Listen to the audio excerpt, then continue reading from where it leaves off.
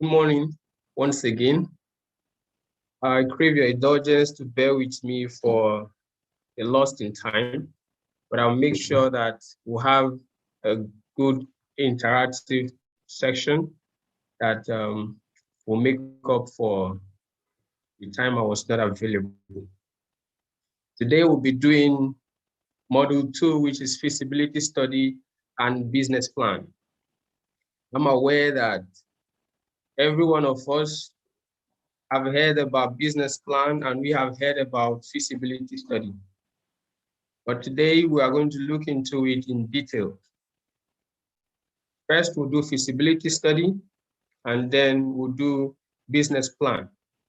So in the first session, feasibility study, I want you to know that we'll be meeting a word called viable, which is the same as feasible.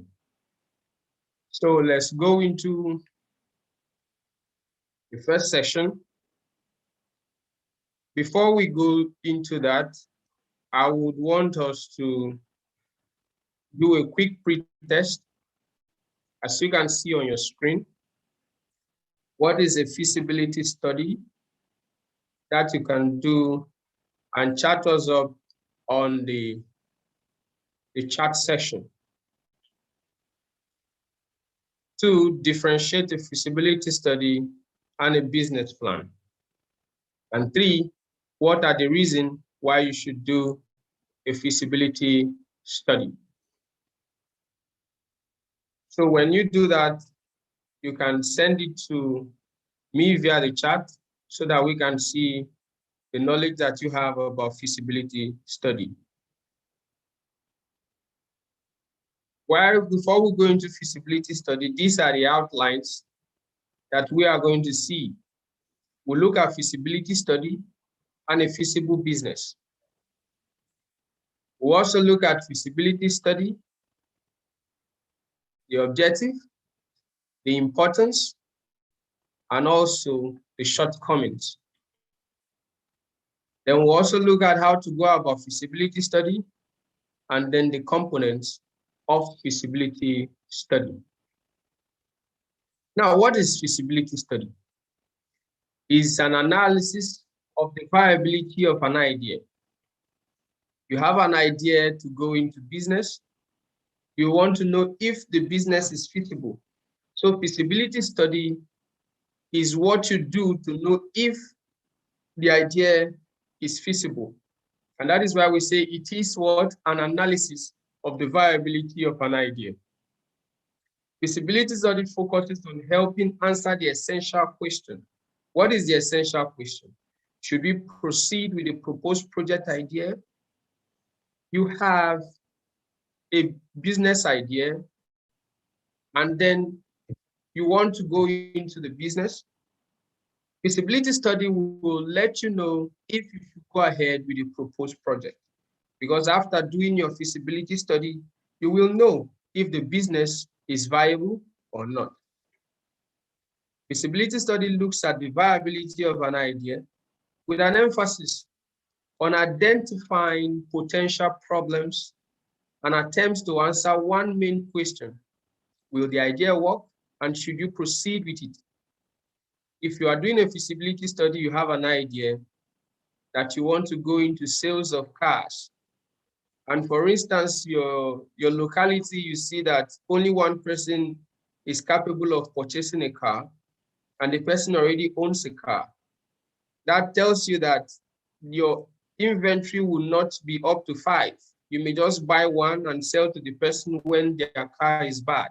So you know if the idea will work and if you should proceed with it. So this is what feasibility study is. I'll come again with it. We say it's an analysis of the viability of an idea. That is, if the idea will work. And it focuses on helping answer the essential question. What is the essential question? Should we proceed with the proposed project idea? And feasibility study looks at the viability of an idea with an emphasis on identifying potential problems and attempts to answer one main question: will the idea work and should you proceed with it? Now let's look at what a feasible business is.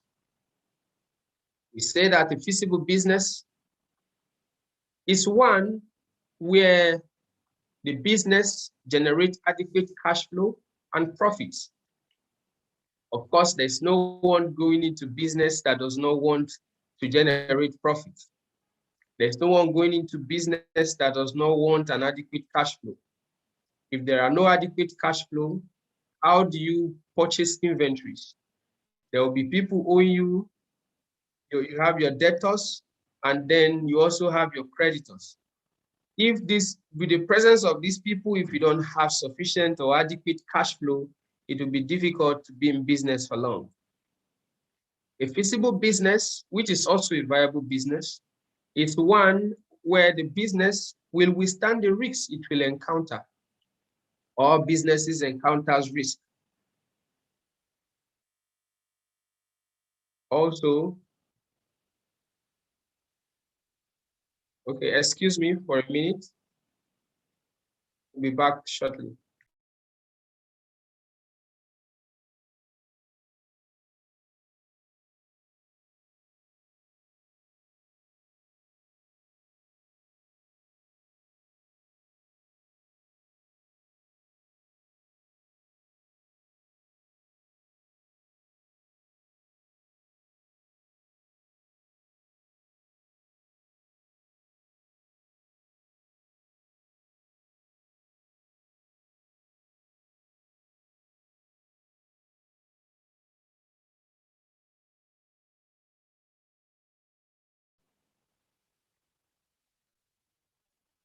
I apologize that this screen was not on first, so most of you were not seeing what I was talking about. Now we said we are doing module 2, feasibility study and business plan.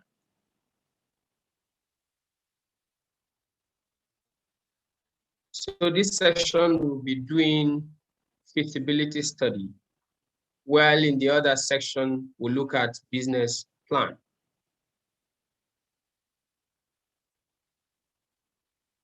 Then I told you earlier, which I said that we should look at some of these pre-tests. What is a feasibility study, which we've been talking about? Differentiate feasibility study from a business plan, and what are the reasons why you should do a feasibility study. After looking at that, we went further to see the outline, where we said, first of all, we'll be looking at feasibility study and the feasible business. Then after that, we look at feasibility study objectives, their importance, and shortcomings. Then we'll look at how to go about a feasibility study, and then, of course, the components. What's a feasibility study? It's an analysis of the viability of an idea. I told you before, viability is the same thing as feasibility. It's an analysis of feasibility of an idea. Is the business feasible? Is the idea feasible? You need to do the analysis. That is what feasibility study is. A feasibility study focuses on helping answer the essential question. What is this essential question? I said it before. Should we proceed with the proposed project idea? That is the essential question that feasibility study helps us to answer. Then feasibility study also looks at the viability of an idea with an emphasis on identifying potential problems. And it tries to answer one main question: will the idea work, and should you proceed with it?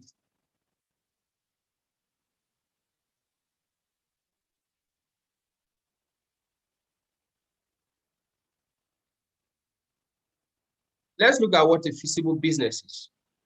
A feasible business is one where the business will, one, we say, generate adequate cash flow and profit, which we were discussing before. I noticed that the screen is not up for everyone.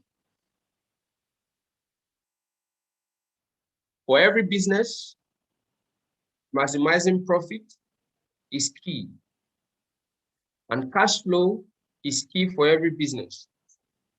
For instance, if you have a business going on, definitely you have debtors and you have creditors. Now, when you have that, if you have debtors, they are not paying your money and you need to purchase more inventories. If your cash is not flowing properly, you cannot get more inventories. If you are not able to pay your creditors, your business will go bad soon. So you need a business that will generate adequate cash flow and profit. And that is where we say the business is a feasible one. It is also a feasible one where the business will withstand the risk it will encounter. Every business encounters risk, ranging from government policies, ranging from factors, climatic factors, ranging from pandemic. For instance, COVID-19 came. So many businesses had issues and people folded up. So will your business be able to withstand the risk it will encounter? If COVID-19 comes, will your business be able to continue? Will it be able to thrive? So that's another thing which to know what the feasible business is. Also, the feasible business is where the business will remain viable in the long term. You don't just come up with business and in 3 years you are folding up. What about the people, your consumers? So you need a business that remains viable in the long term. That is where we say the business is a feasible business.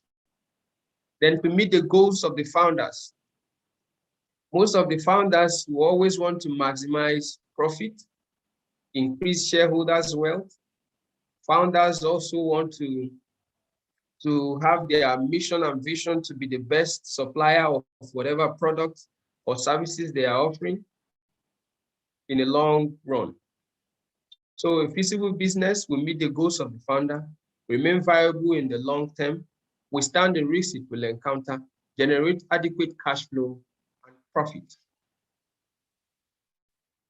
Note this, anybody with a business idea should conduct a feasibility study. Why? To determine the viability of their idea before proceeding with the development of a business. This is saying that you don't have a business idea and just jump into the business. You have a business idea, you start asking for capital. You meet investors, they give you grant or give you capital, and you just go into the business without feasibility study.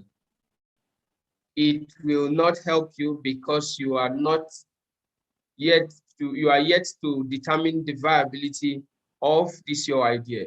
So feasibility study will help you if you should go ahead with the business or the proposed idea. This is another scope of what feasibility study does. One, feasibility study address things like where and how the business will operate. It is key. Where will your business operate? For instance, if you are to do, for instance, if you are into hairdressing, which is a beauty shop, you cannot situate your beauty shop in a very remote area where knowledge of beauty is not inculcated properly. Why? This is because you will not have good patronage. So you need to know where and how the business will operate. Feasibility study also provide in-depth details about the business to determine if and how it can succeed. I know in your minds now, you will already be thinking of how you and where your business will operate. And you will also be thinking about the details to determine if and how it can succeed. But feasibility study takes a more rigorous process than just thinking in our mind. Feasibility study also serves as a valuable tool for developing a winning business plan. If you have done your feasibility study, it will be easy for you to have a great business plan. because your business plan will definitely come from the analysis that you have done to know if your business is a feasible one or to determine its viability. Feasibility study can be used in many ways, but primarily focus on proposed business ventures. Apart from proposed business ventures, when you have a business running already and you want to diversify, you also need feasibility study, not just proposed business venture. Just like we said, it can be used in many ways, but primarily focused on proposed business ventures. Now let's look at the objectives of feasibility study. One of the reasons why you do feasibility study is to raise funding. You need capital for your business. Or how do you go about it? You don't just ask for capital. A feasibility study will let you know if your business is viable, so that when your investors see your business plan, they can also invest their capital. Feasibility study determine the optimal facility mix to maximize revenue. It will help you to know what and what you need and what you don't need. Most times people go into business without knowing the optimum facility mix that will maximize revenue. But feasibility study will help you know that. It will also ensure that all parties agree on the key elements of a project. These parties include your investors, the founders, who is giving you grant. They all will agree on the key elements of a project. It forms basis for initial market and project planning. Feasibility study, in some cases, provide the argument for the business closure or change of use application and planning appeals. So these are the objectives of feasibility study. Now, here are the shortcomings of feasibility study. Overestimated market potential. Because you saw somebody thriving in the same business, you think the business moves, but you may not know how it works, because until you go about your feasibility study properly, you will never know. That is one of the shortcomings. When people are doing feasibility study, they just overestimate the market potential. They say, this Mr. A is doing this business, Mr. B is doing this business, and it's great, it's moving fine. But most times it is not as it seems. Number two is like number one, underestimated competition. Because Mr. A owns a barber shop, because Mr. A sells security doors, you think, okay, you, Mr. B, can sell security doors too. It doesn't work that way. Your competition, you don't underestimate your competition. Always know that they are there for competition, and you are coming in not to allow monopoly, but that does not mean that they will not override. Another shortcoming is plant capacities not compatible with market size. You want the business and you don't have existing facility. The proposed existing facility is more than what you can bear. And before you know, your overhead is more than the market size. You planned on a capacity. For instance, let me give you an instance again.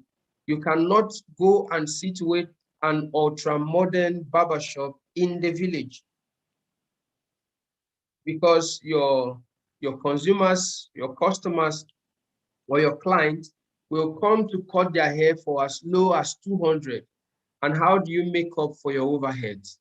So plant capacity not compatible with market size is another shortcoming of feasibility study. Another shortcoming is underestimated importance of management and manpower skills. You can do it all. Instead of hiring a professional to help you out, you think it's easy. You just go about doing it, or you invite your brother somewhere because he does not have a job, but you have not checked his manpower skills and you have not checked his managerial skills. You hire him, and before you know, he is unable to keep up with the business. Another shortcoming is market projection based on insufficient data. You don't have enough data, you have not done enough feasibility study to know where or who and what is supposed to be done with this idea. And you just agree on your market projection that you're making so amount, this is your profit at the end of the year, this is your outflow, this is your inflow, this is your expenditure, because you don't have sufficient data. It's a shortcoming of feasibility study. Another one is overestimated ability of infrastructure and other local services. For instance, Nigeria, part of the local services is power supply. I keep giving an instance about the beauty shop and the barber shop. That requires supply. You don't have enough power supply, you cannot run the business successfully. Okay, you get an alternative power supply, which is your generator. But now you don't have people who have the technical know-how to service this generator because it is an ultra-modern type. They come, they work on it, it's not functioning. Power supply is broken. The transformer in the area is bad. Local services is not able to put on to repair your generator properly. Also, your tools that you're using, you don't have people who can service them properly. So all these are shortcomings of feasibility study because identifying them while you are doing your feasibility study may not usually arise. Now, let's look at the importance of feasibility study. One, the information you gather and present in your feasibility study will help you list in detail all the things you need to make the business work. The information you gather and present in your feasibility study will help you identify logistical and other business-related problems and solutions. The information you gather and present in your feasibility study will help you develop marketing strategies. And the information you gather and present in your feasibility study will help you serve as a solid foundation for developing your business plan. So if you want to develop your business plan, you need a solid foundation. And this solid foundation, how do you get it? Feasibility study. You have a marketing strategies. How do you develop a good marketing strategy? Feasibility study. How do you identify logistical and other business-related problems and solutions? Feasibility study. How do you list in details all the things you need to make the business work? Your feasibility study. So these are the importance of feasibility study. How do you go about feasibility study? Now, before you begin to go about the study, identify how, where, and to whom you intend to sell a service or product. You have a service you want to render.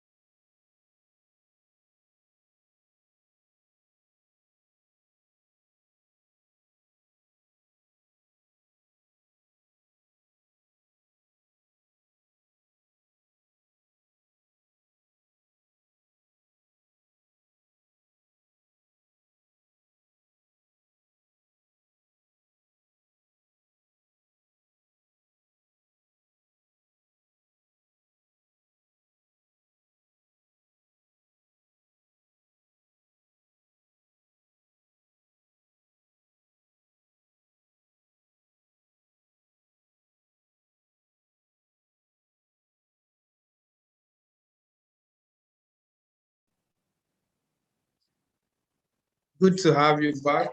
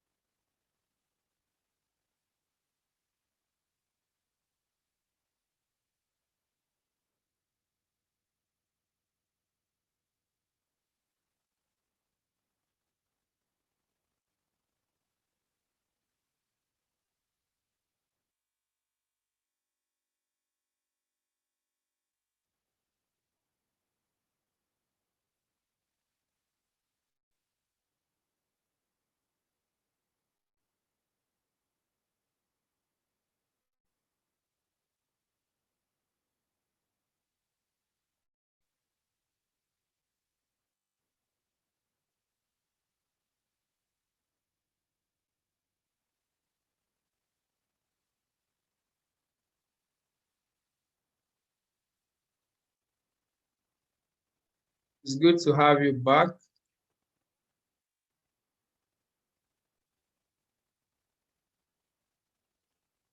We were looking at how to go about a feasibility study. And I was stating that for us to go about a good feasibility study,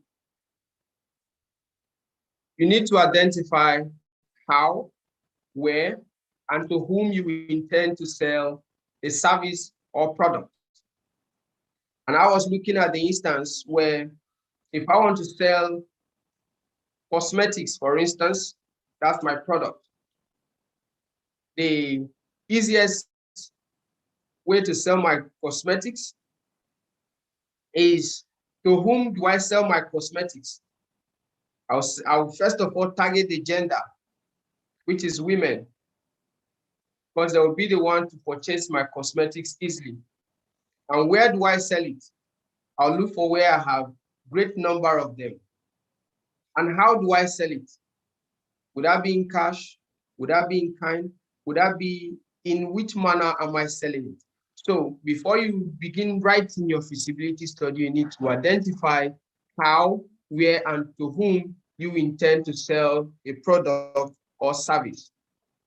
If I'm opening a barber shop, I need to know that it is mostly for the gender male. If I am going into sales of or production and sales of sweets, your candy, I know that my target audience has to be children. So you need to identify how, where, and whom you intend to sell a product or services before you begin writing your feasibility study. You also assess your competition. Who and who have been in this game? Who and who have been in this business? And how well have they been doing? So you assess your competition, and that will give you an avenue to go about your feasibility study. You also figure out how much money you need to start your business, not just how to start, and also to keep it running until it is established. Many people go into business hoping that the moment I start in 1 year, the business will be established. Well, I will tell you today that while you are doing your feasibility study, you do a minimum of 5 years, sorry, not maximum, a minimum of 5 years to see it running until it is established.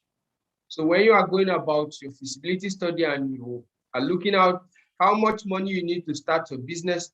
Also know about how much money you need to keep it running until it is established.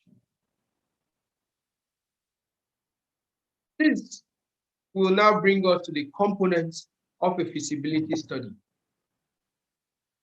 One, description of the business. You describe the product or services to be offered and how they will be delivered as one of the components of a feasibility study. You have a product, you have services you want to offer. You need to describe it and how will they be offered and how they will be delivered. Your feasibility study needs to describe your business. Then two, your market feasibility. You describe the industry which you are joining. After describing the industry, the current market, how much does the current market worth? And how much can you explore in this current market?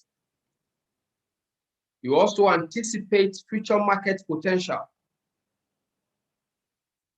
Your competition, sales, projection, potential buyers.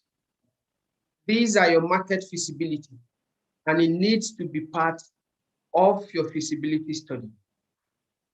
I'll go over it again. This includes description of the industry, current market, anticipated future market potential, competitions, sales projection, and potential buyers.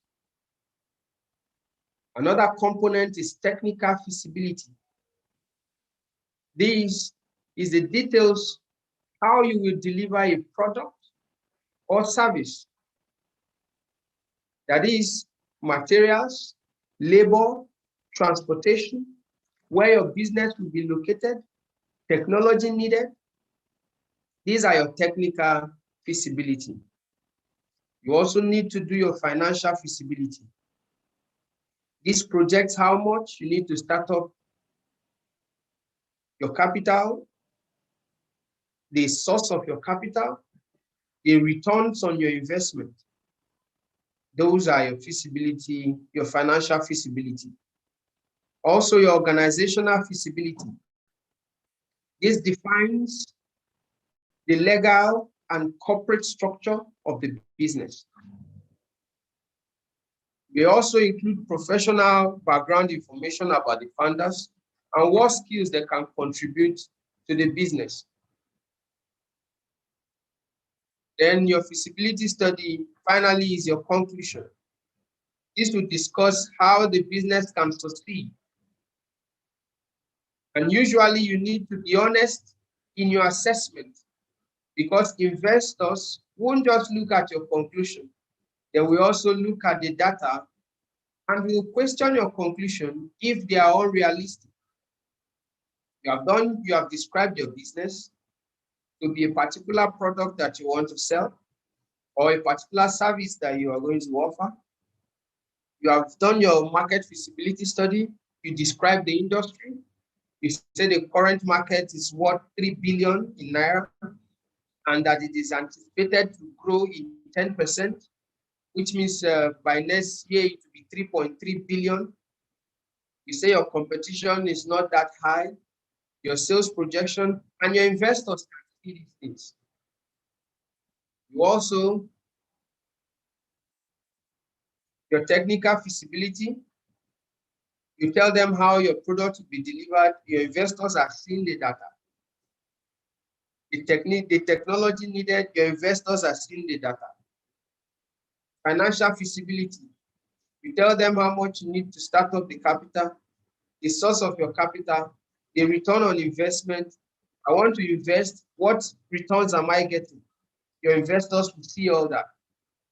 Your organizational feasibility study, you get your team, you tell them this is this is what my team can do. This is who is in charge of logistics. This is who is in charge of purchases. And your investors see that these people have no prior experience because the background you put, there's no one there. They will not just accept it, they will have to question your conclusion because they are seeing that some of these things are unrealistic. So when you are doing your feasibility study, in your conclusion, as you discuss how the business can succeed, you need to be honest in your assessment. So these are the components of feasibility study. Now let's look at market analysis. When you are doing your market analysis, from the market study, the following should be shown. Target population. Who and who are your target population? Who are you selling to? Who are those that are going to buy this your product?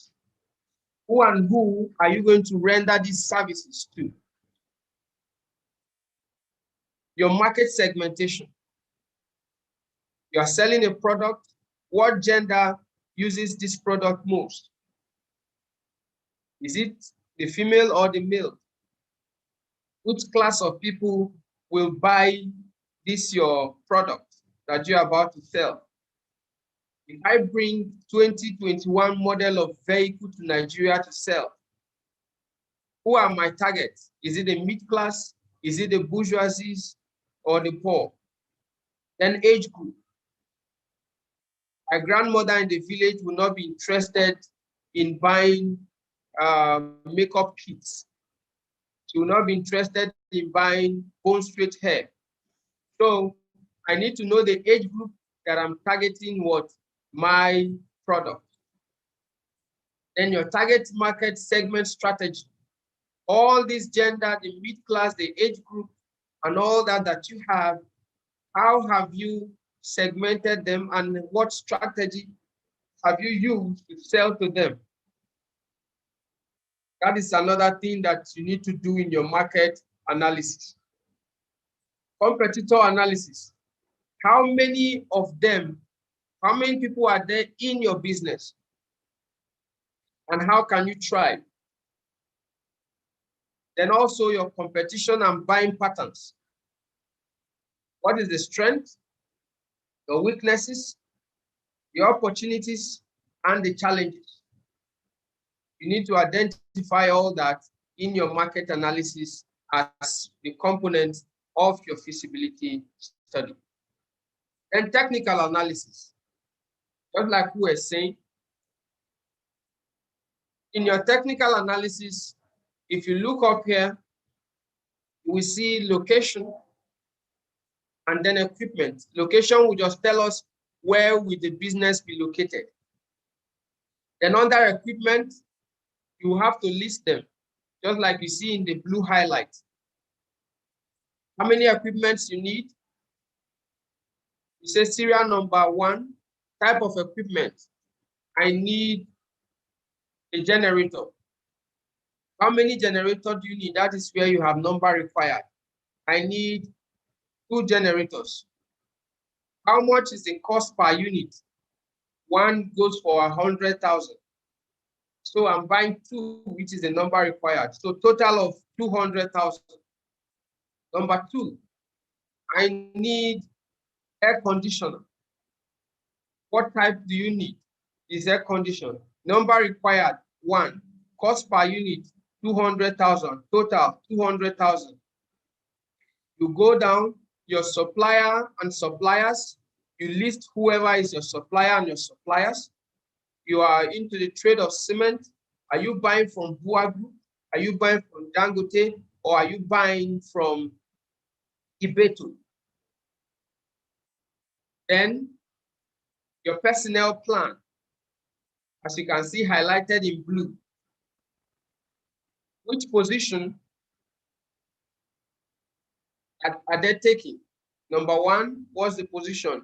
Managing director or manager? Qualification and experience. He has served here so many times. He knows this, he knows that.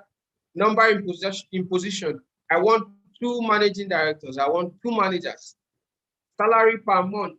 I'll be paying them 100,000. Annual salary 1.2 million. So after that, you go into your raw materials. What are your raw materials? That's for those in manufacturing. Then in your raw materials, how many do you put your number? What type of raw materials do you need? For instance, if you are doing organics, organic cream, and your organic cream, you said you want the major content to be shea butter. You say one type of raw material that you need is shea butter.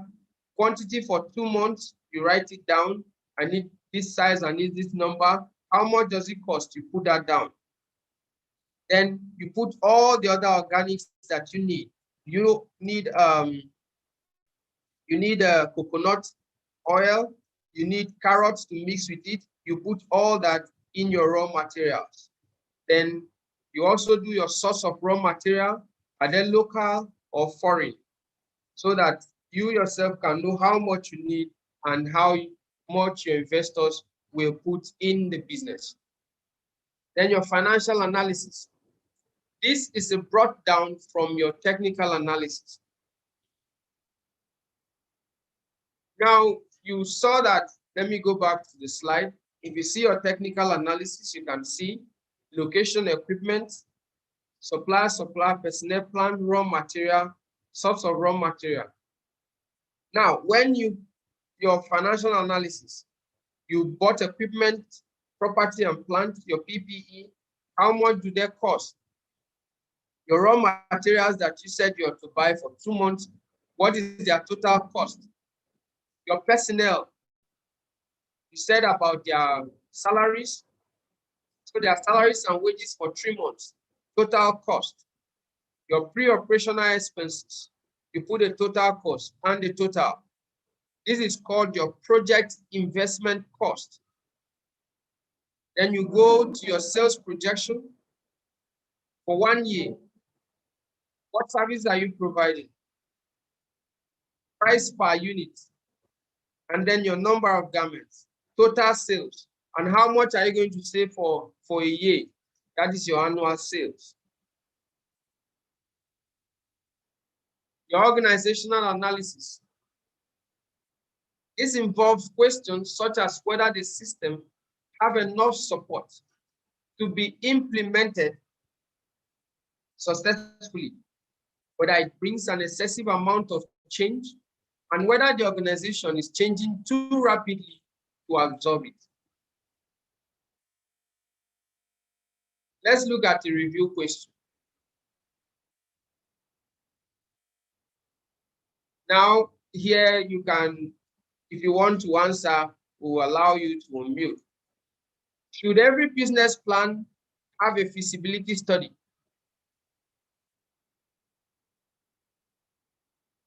Should every business plan have a feasibility study?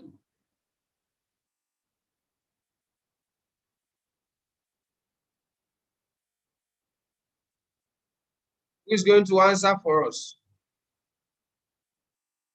Should every business plan have a feasibility study?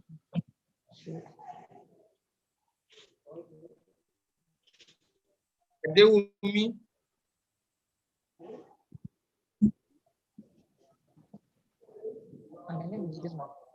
Or Jude, who is answering for us?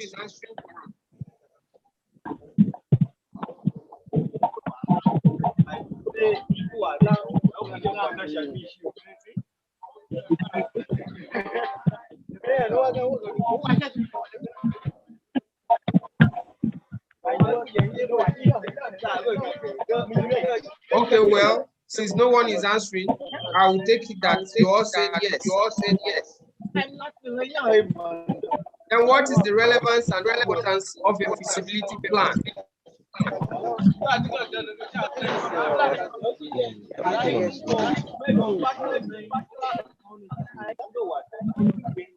Guess who? Can you please mute?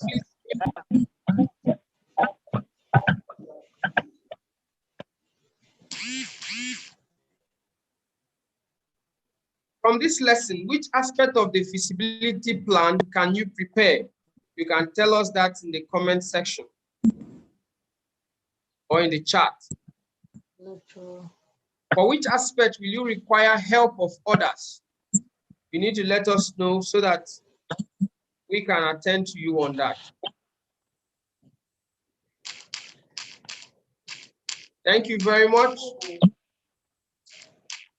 you have any question, you can chat me up. And if none,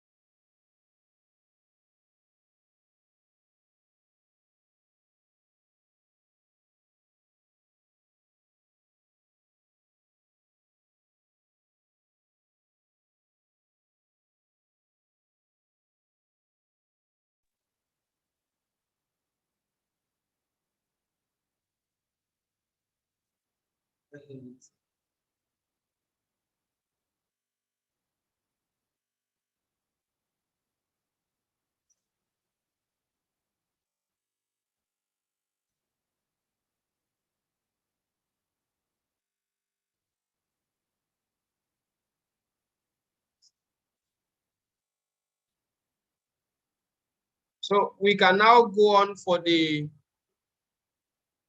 session 2, which is business plan. Now remember that while we're doing feasibility study, we said that feasibility study, one of the importance is to help us have a winning business plan. And it will help us know how our business can become feasible. The money you need to start your business and all that. So for a winning business plan, let's look at how a business plan looks like. In every business plan, you will have executive summary. After your executive summary, you have business description and the mission statement, mission and vision statement, the business concept, strategy, value and proposition, market summary and competition, competitive advantage, SWOT, strength, weakness, opportunities and threat, risk, resource planning and team, and financial projection. Now let's look at executive summary.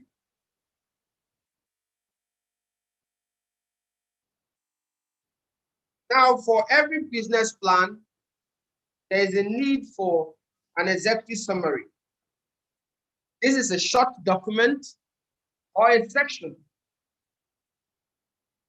of a document produced for a business proposal. It summarizes all that you have been saying, it summarizes them. That is where you have the summary of your location, of your business, your product, the market strategies, all will be in summary and put together in a short document. And this is the most important part of a business plan, because that is what we see first, what the investor sees first. When the investor is looking at your business plan, first of all, they'll look at the executive summary, because that's the first thing that comes up. But also take note and bear in mind that usually an executive summary, it differs from an abstract, but it is usually an abstract from all that you have done.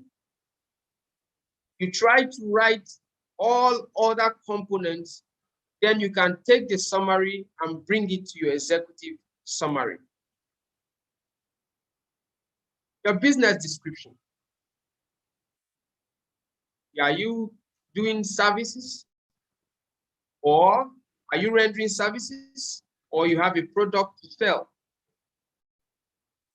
So you describe the business, and then you clearly state your company's long-term mission.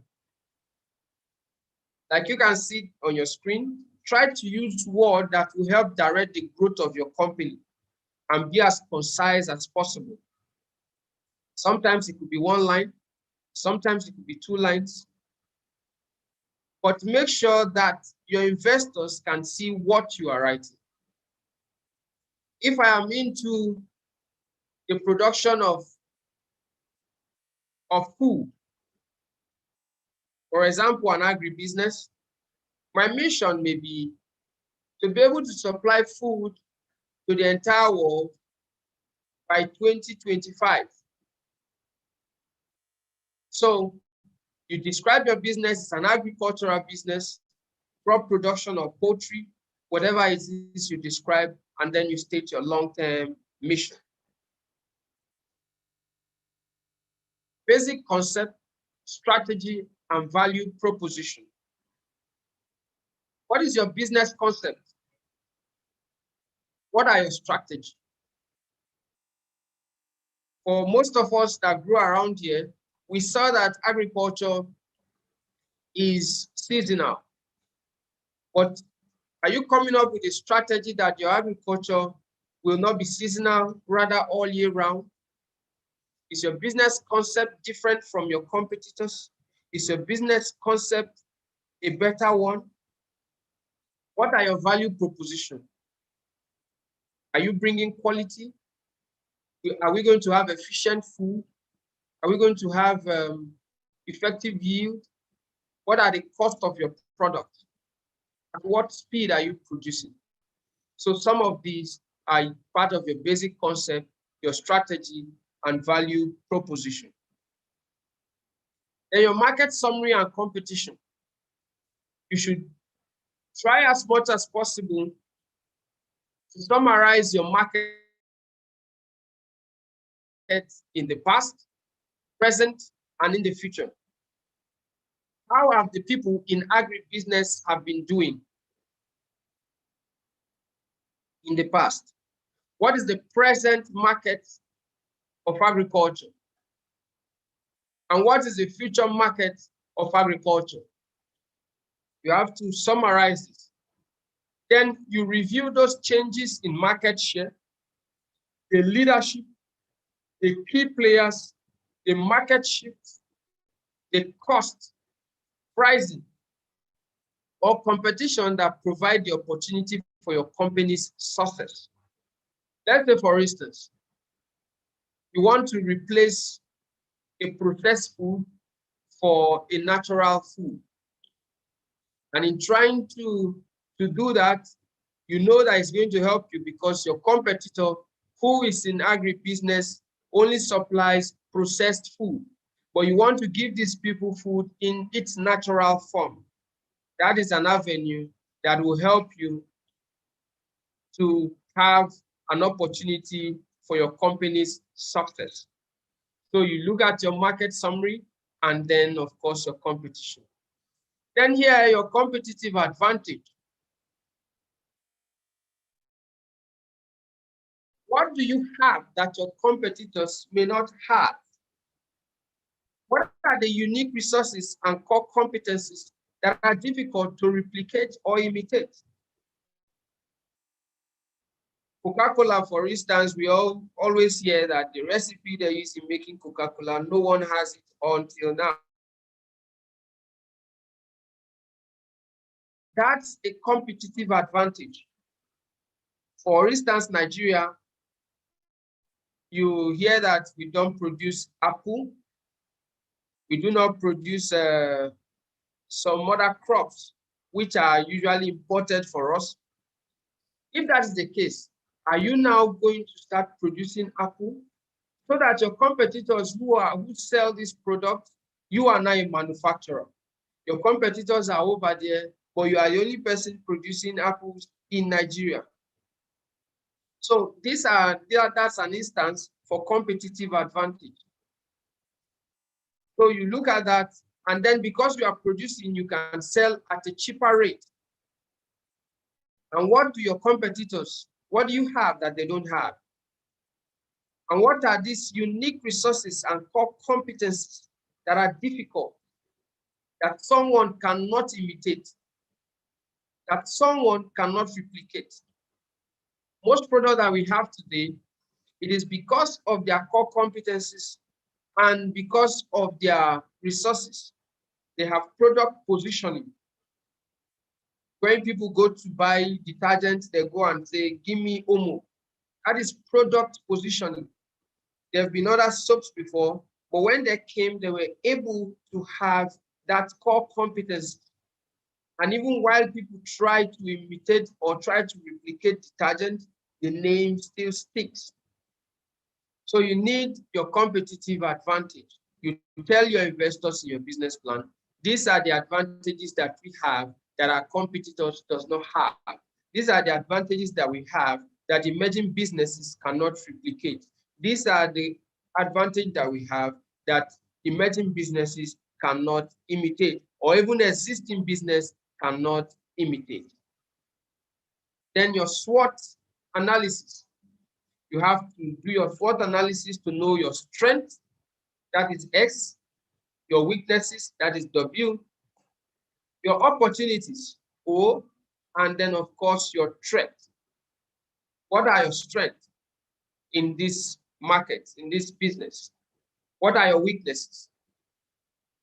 What are your opportunities of thriving? And then what are your threats? So when you look at all that, you put them together in your business plan, and then before presenting to your investors. Your risk. Summarize the risks of the proposed project and how they will be addressed. Your risk is, for instance, you say, where I am, power supply is poor. How do you address this? Alternative power supply. Am I getting solar? Am I getting generator? What other risk are you facing? You face the risk of touts coming to waylay you for multiple tasks. How do you go about this? You make a way of obtaining receipts that you will be able to pay for this, and then it's easier for you to go about your business without getting harassed by touts or by hoodlums and all that for multiple tasks. Then look at another component of business plan and importance. Resource planning. What technology are you using? These days, businesses thrive mostly on social media with the event of advertising at cheaper rate and reaching out to more people in the shortest period of time. Then your finances, your distribution. How do you distribute? Your promotion. Who and who do you want them to see this product? How are they reaching it? Then your products, and then of course, your services. You need to highlight how all this planning should go, because these are your resources and you should be able to know how their planning should go. Then of course, your team. This is very key. When we are looking at feasibility study, we look at organization, where we say you have to put their background, the personnel, their qualification, and all that. This is a part where you list your team, the CEO and key management by name. Who is the chief executive officer of this business? And who are the key managers? Then you include their previous accomplishment to show that these are the people with a record of success. If I am to go into the business or I want to render services or financial services, giving out loans and thrift cooperatives, and my managers are people who were into music, into modeling, it cannot work. My key management staff should be people who have accomplishment to show in financial services, either banking sector, accountants, and all that who have worked in various or diverse ways of financial services. Then you summarize the number of years of experience in this field. 6 years, you just put it in number 6. And that 5, 4, the number of years in the field.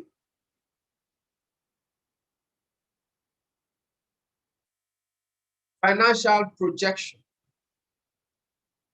Outline high-level financial plan that defines your financial model and pricing assumption.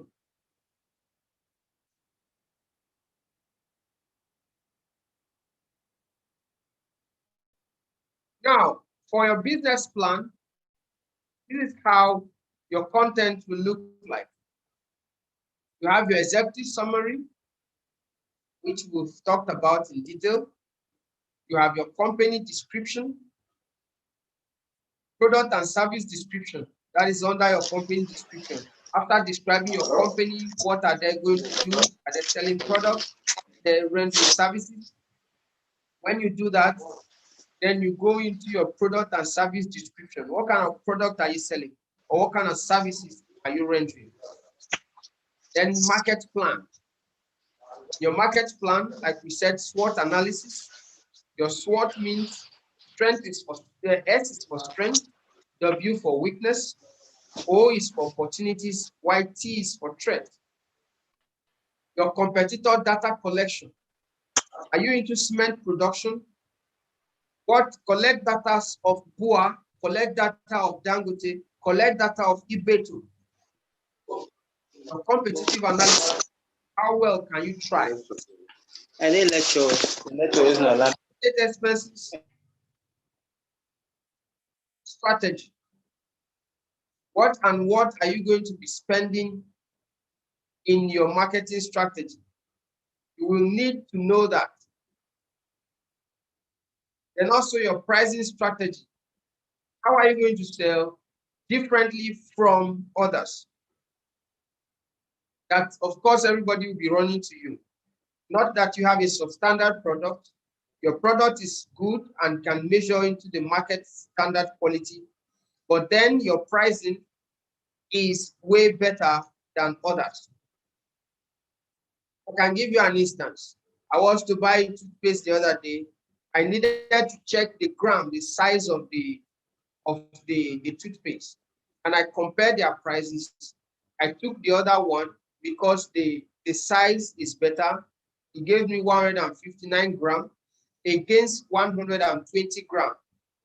So the pricing were the same at retail level, which gave me the alternative of buying this product because the pricing is way better than this one. Then I'll also give you another important fact. There are 2 types of noodles which are common, although same company, Mini-Me and the Indomie.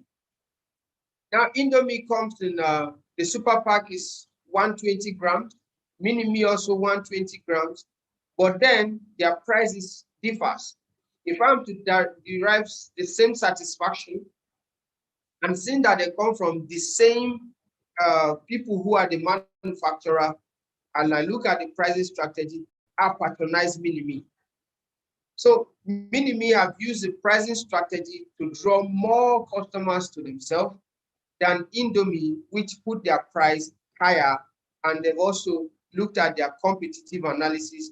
That's why their price is higher. I'm only giving you an instance. Then your distribution channel assessment. How are you distributing your product? And if you are rendering services, how does the service go about? Then you also put your operational plan and risk analysis, your management and organization, which we've talked about, where you list your CEO and key managers. Then you put your organization chart. Who is at the top, who is at the rank, who is at the middle, who is at the bottom. You need your organization chart. Then your financial plan, and then your appendix. Now, your cash flow forecast. Your cash flow forecast records money flowing in and out of the business, which we are going to look at in the subsequent slide. Why do this? Why do cash flow forecast? One, to show investors you are profitable, or to forecast profitability. I want to invest in your idea and I see your business plan and it's not showing me that your forecast is profitable. I don't need to go into that business.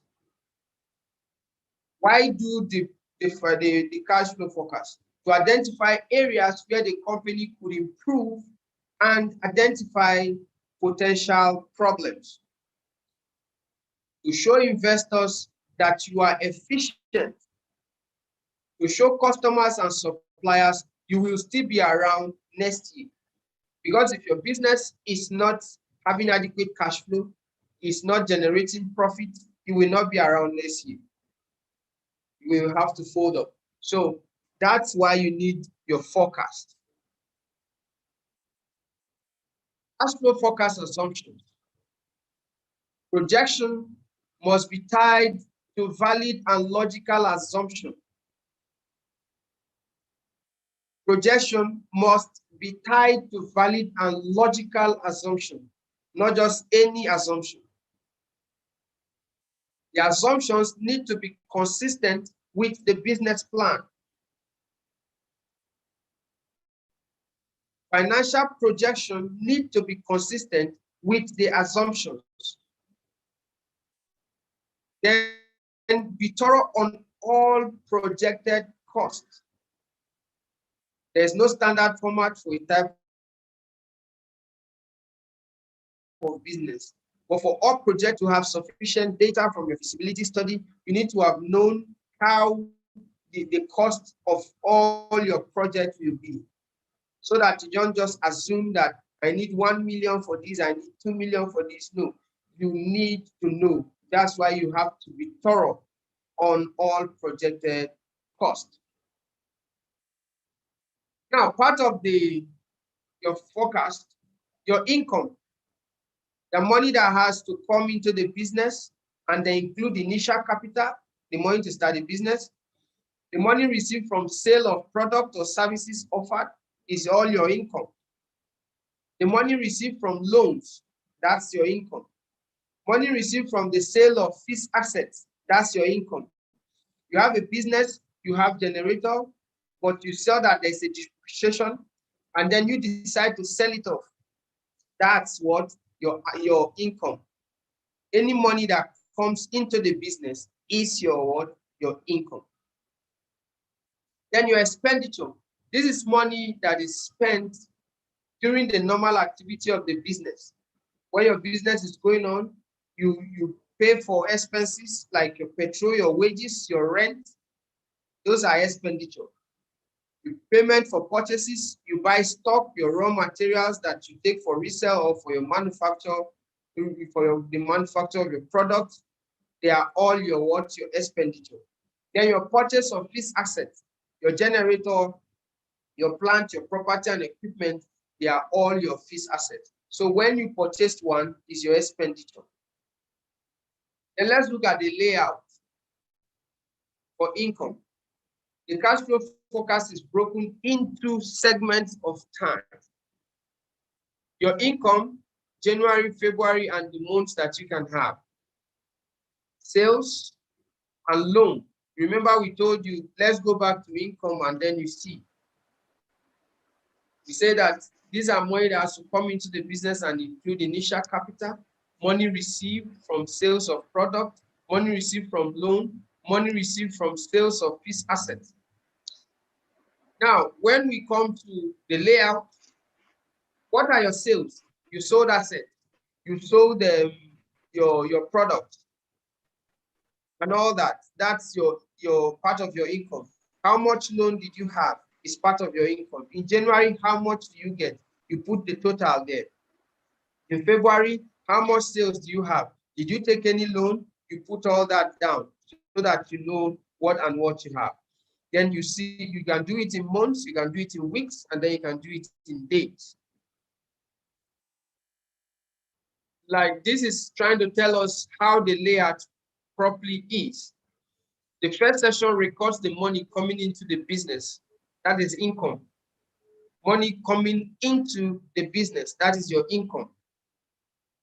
When you have that, sales is money gained through sales of goods and services.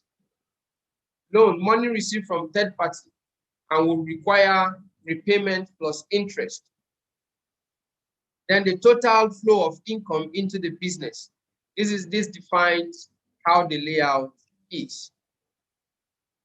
Then the second section is your expenditure. What and what did you purchase? Who and who did you pay? You paid your workers, that's your wages.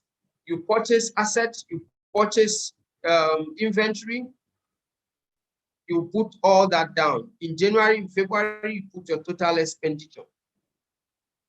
Then look at how the layout will be together, your income and then your expenditure. How much was your sale in January? 6,000. You took a loan of 1,000. Your total income is now 1,600. What are your expenditure? You purchased expenses or assets for 800. You paid salary for 400, or you paid labor for 400. Total of 1,002. By the time you subtract the difference, then in February you have sales of 1,000. Did you take any loan? No, it's zero. Total income 1,000, all from sales. Purchases in February 500. You paid wages again 400. Total expenditure in February 900. The final session is where the calculations are made. The business needs to see if there have been a greater outflow than inflow of money. Opening balance.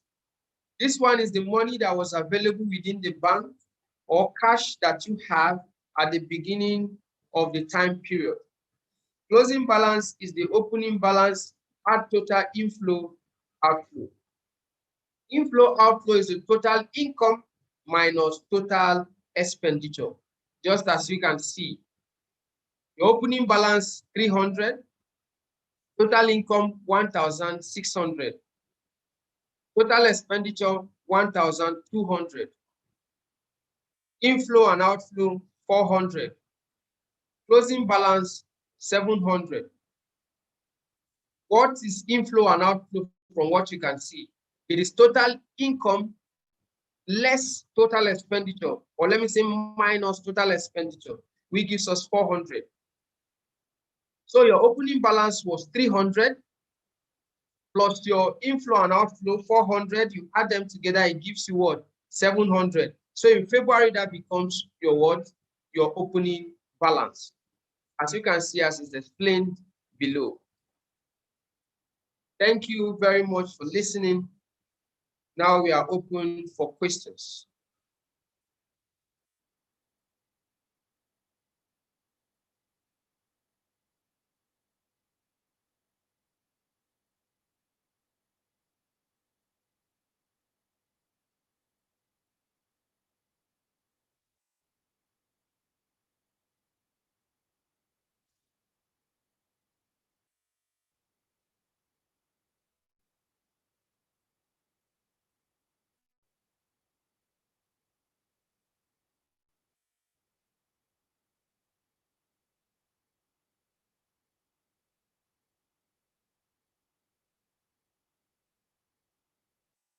Any questions?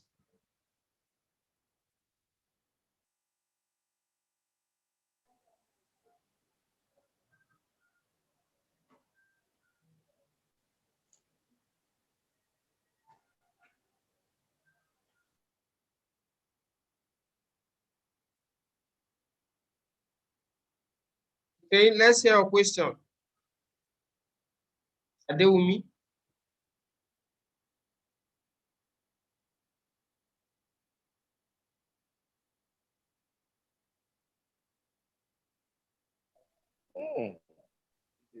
Yes.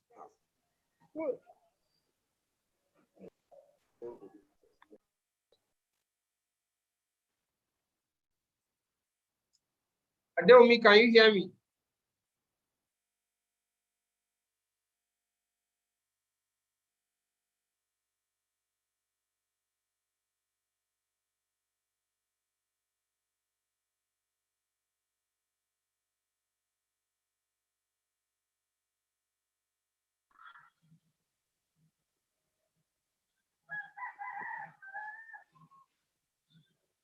Asuka, Sir? any question? No question, sir. Okay. Yes, sir. So we take it that you all understand what feasibility study is, and you also understand what financial planning, business plan is.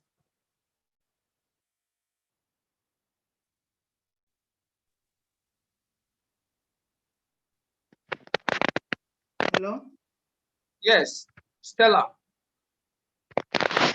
Okay. I want you to throw more light on the financial planning because I did not really get what you were explaining because the network was really disturbing. So I want you to throw more light on it. And you made mention of SWOT. So I did not really get the full meaning of the SWOT. SWOT. SWOT. Yes. Yes. S is for strength. Okay. W is for weakness. O is for opportunity. Okay. YT is for threat. Okay. So when you're doing your business plan, even while you're doing your feasibility study, there is a part where you do you do your study for your strength, your weaknesses, your opportunities, and your challenges. That you extract from there, and then you put them in your business plan. Then for the financial projection, in your financial projection, you have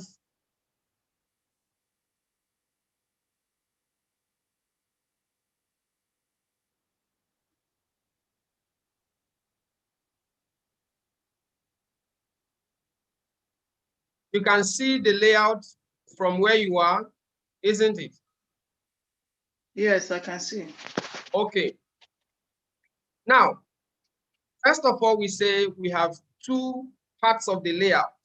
One is your income, the other is your expenditure. Your income is the money that has to come into the business, which includes initial capital, the money received from sales of products or services, money received from loans, money received from sales of fixed assets. Then you also have your expenditure. This is money spent during the normal activities of the business. Payment for expenses. We are running business. If you have a vehicle or a generator, you buy fuel. You have to pay salaries. Then your stock, your inventories that you purchase is also your expenditure. Your fixed asset, the generator that you have, your rent that you pay, the AC you fix in your shop, they are all your fixed assets or your motor vehicle. So those are what your expenditure. So when you are writing your business plan, this is how the layout is for your income. What sales have you done? You put the amount in January. What loan did you take? The amount to be there under loan, and then the total that you have will be your income. Then we talked about your expenditure. This is how the layout is. Sales money gained through sales of goods or services. Loans, money received from a third party. It could be bank, it could be a friend, which require repayment plus interest. Then total flow of income into the business. So your sales plus your loan. Remember how we defined the income, money that comes into the business. Then this is your layout for expenditure. Your purchases and your wages. You have your total expenditure. Now, this is all of them together in the layout, all right? Your sales was 600. Your loan was 1,000. Total income was what? 1,600, all right? Yeah. Now, your expenditure, you purchased for 800, your inventory that you purchased or your assets. Then the wages, whoever was working for you, maybe you employed a cleaner or somebody to stand in for you, pay them 400. So for your expenditure was 1,200. for the month of January. In February, your sales was 1,000, and then you took no loan. Now, this is projection, all right? You are trying to tell your investors that in January, you can sell 600 despite you have the loan of what, 1,000, which makes you have a total income of 1,600. And that you will be spending 800 Naira for your inventory, and your salaries that you pay will be 400. Then in February, you are expected to sell 1,000 Naira because the business have grown a bit. And in February, you will no longer take any loan. That is why loan is 0 there. Your total income in February will now be 1,000. 1,000. Then your expenditure in February, you purchased inventory for 500. Perhaps you have some of the inventory left from January. Then your wages is still 400. So total expenditure is 900. You can see that there's a projection for you there in the business. Your expenditure from the previous year was 1,200, but now it has less to what? 900. Right. Then you have this layout. From what we can see here, is telling us that opening balance, money that was available within the bank and cash account at the beginning of the time period. That is your opening balance. Your close balance is your opening balance at total inflow and outflow. We'll look at that in the next slide. Now, what is inflow and outflow? Is the total income minus total expenditure. Now you can see here, look at what we have. Your opening balance 300, total income 1,600, total expenditure 1,200. Remember we said inflow outflow is your what? The subtraction of your total income minus your total expenditure. Remember that. 400. Yeah. Which is 400. Now your closing balance is your opening balance plus your inflow and outflow. This is 700. 700, yeah. At the end of January. So when February begins, you have what? 700. That's your opening balance. Okay. So your closing balance from the previous month is your what? Your opening balance in the succeeding month. Okay. Yes. Does that answer your question? Yes, I'm clear. Thank you so much. Thank you. Another question. Yes. Is it the whole business that need a feasibility study? Is it the whole business that need feasibility? For example, like hawking of pure water, does it need feasibility studies? Feasibility study. Yes, it does. It does. For instance, if I want to hawk pure water, I will need to know how I want to sell it. Do I want to sell it in a cooler? Do I want to carry it on the head? Do I want to use a wheelbarrow? And where am I selling it? Am I going to sell it at Maitama? Can I hawk pure water in Maitama? Miss Stella? Yes. Is it possible, or is my business going to thrive if I'm hawking pure water in Maitama? No, it's not going to prosper. No, they won't buy it. So that is why you need feasibility study to know if your business will be feasible. Because at the end of the day, I'll walk around, my water will become hot and I can no longer sell. And then who am I selling this to? I need to know all that. That is why you need feasibility study. Okay. Yes. All right. So it also will allow you to know if your long-term plan can work. You don't intend to sell pure water 2 days and fold up. You intend to sell pure water from the bucket you hold in the head to when you begin to carry cooler, to when you purchase your your ice block till you have a refrigerator in the house. So those are long-term plan. But if you decide to do without feasibility study, you just go into it, you say, oh, everybody buys pure water. Why not? I can sell. You have underestimated your market potential. You have underestimated your competitors, which will be selling bottled water around the neighborhood. And the class of people in that area wants bottled water and not the sachet water. Sachet water, yeah. Okay, thank you so much. You're welcome.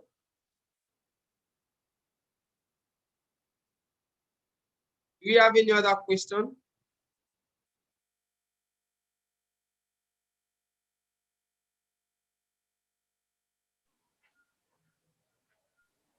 Hello. Yes. My name is Asoka Jeji. Yes. I want to enlighten me briefly between, let's say, sources, business plan, and layout. It's like they are moving, because you mentioned data, and that's a market planning. I want you to enlighten me sources plan, sources, business plan, and layout. It's like they are moving together. Business plan and layout. Yes, sir. You mean the financial projection? Yes, for financial projection, sir. Yes. Okay, let me turn this into a question. It will answer your question. If I come to you, Mr. Soka, Sir? and I tell you that I want you to invest in my business, all right? Okay. Yes, sir. And I say that I need you to invest 1 million naira. You know that's a lot of money. Yes, sir. But then you will need to know what your return on investment is. Okay. You put in 1 million, what do you get? You need to know all that. So that is why my business plan needs that financial projection, those layouts. Okay. I will need to tell you that you give me 1 million. In February, I will need to have 1.5 million. In March, I will need to have 2 million. And by the end of the year, I should be able to pay you back your money with interest because it's a loan. So financial projection is a part of business plan. They are not different. That layout you are seeing, it is financial projection. Okay. Or financial plan. Understand. Okay. Thank you. Do we have any other question? No, sir. No, it's okay, sir. Understand now. Any other participants with any other question?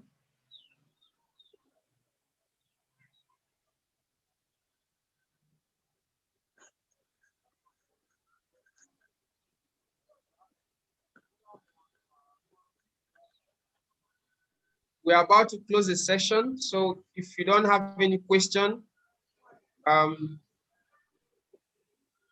we will do your quiz, which will be administered to you, and then you can see your scores.